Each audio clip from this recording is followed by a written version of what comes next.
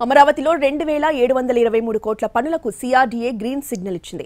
ఆంధ్రప్రదేశ్ ముఖ్యమంత్రి చంద్రబాబు నాయుడు నేతృత్వంలో Amaravati capital region development authority CRDA 44వ సమావేశం జరిగింది. ఎల్పీఎస్ జోన్ 7, జోన్ 10లో లేఅవుట్లకు అథారిటీ ఆమోదం తెలిపింది. ఇప్పటి వరకు అండర్ గ్రౌండ్ ఎలక్ట్రిసిటీ, డ్రైనేజ్ వ్యవస్థ వంటి మౌలిక సదుపాయాలతో పాటు ఐకానిక్ బిల్డింగ్స్, హైకోర్టు, అసెంబ్లీ భవనాలకు సంబంధించి 47,000 కోట్ల రూపాయలకు పైగా విలువ చేసే పనులకు ఆమోదం తెలిపింది సిఆర్డీఏ. త్వరలోనే టెండర్ల ప్రక్రియ ప్రారంభం కానుంది. టిడ్కో ఇళ్లపైన చంద్రబాబు సమీక్ష జరిపారు.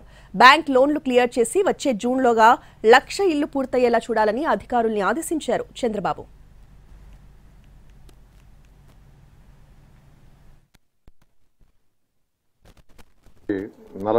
వ అథారిటీ మీటింగ్ సిఆర్డీ జరిగింది. దాంట్లో జోన్ 7, జోన్ 10 లేఅవుట్ రోడ్స్కు సంబంధించి 2,723 కోట్లతో యాక్చువల్గా ఈరోజు అథారిటీ యాక్సెప్ట్ చేసింది.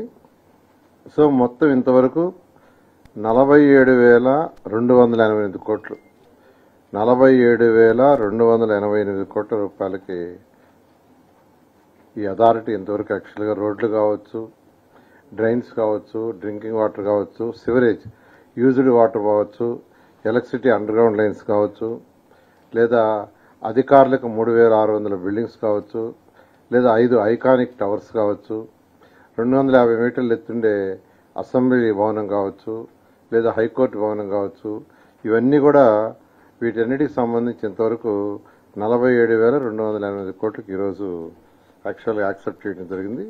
మిగిలినవి కూడా ఈ నెలాఖరా కొన్ని నెక్స్ట్ మంత్లో బ్యాలెన్స్ కంప్లీట్ చేసి వర్క్స్ అన్ని యాక్చువల్గా టేకప్ చేయడం జరుగుతుంది.